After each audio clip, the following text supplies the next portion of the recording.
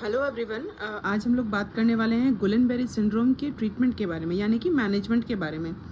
पिछले वीडियोस में मैंने आपको बताया था कि गुलेनबेरी सिंड्रोम क्या है, उसके सिम्टम्स क्या हैं और उसके डायग्नोस्टिक इवैल्यूएशंस क्या क्या हैं।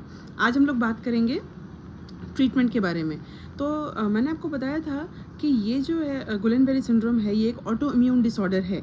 तो इसमें हम लोग आईवी एडमिनिस्ट्रेशन ऑफ इम्यूनोग्लोबुलिन्स कर सकते हैं, ठीक है। इसका जो डोज रहेगा वो 2 ग्राम पर केजी ऑफ बॉडी वेट रहेगा और 2 to 5 डेज तक हम इसको एडमिनिस्टर कर सकते हैं। ये क्या करेगा, जो एंटीबॉडीज़ हैं, जो अफेक्टेड एंटीबॉडीज़ हैं, उसको ब्लॉक कर देगा, ठीक है। तो by blocking those affected antibodies it है ना हेल्प्स टू रिकवर।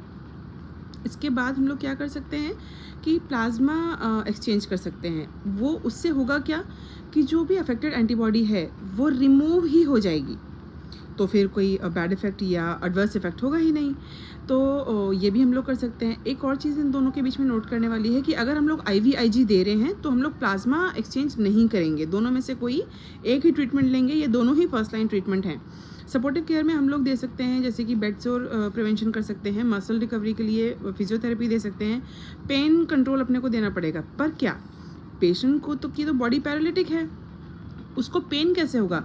ये न्यूरोपैथिक पेन है, ठीक है। ये न्यूरोपैथिक पेन है, उसको हम लोगों को रिजॉल्व करना होगा।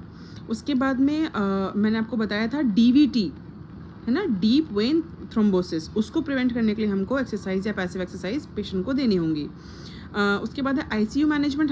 किस मरीज़ को ज़रूरत लगेगी ICU मैनेजमेंट के लिए?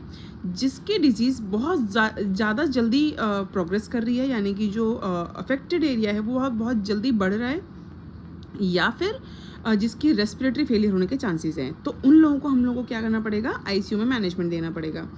ये है गुलेनबेरी का ट्रीटमेंट।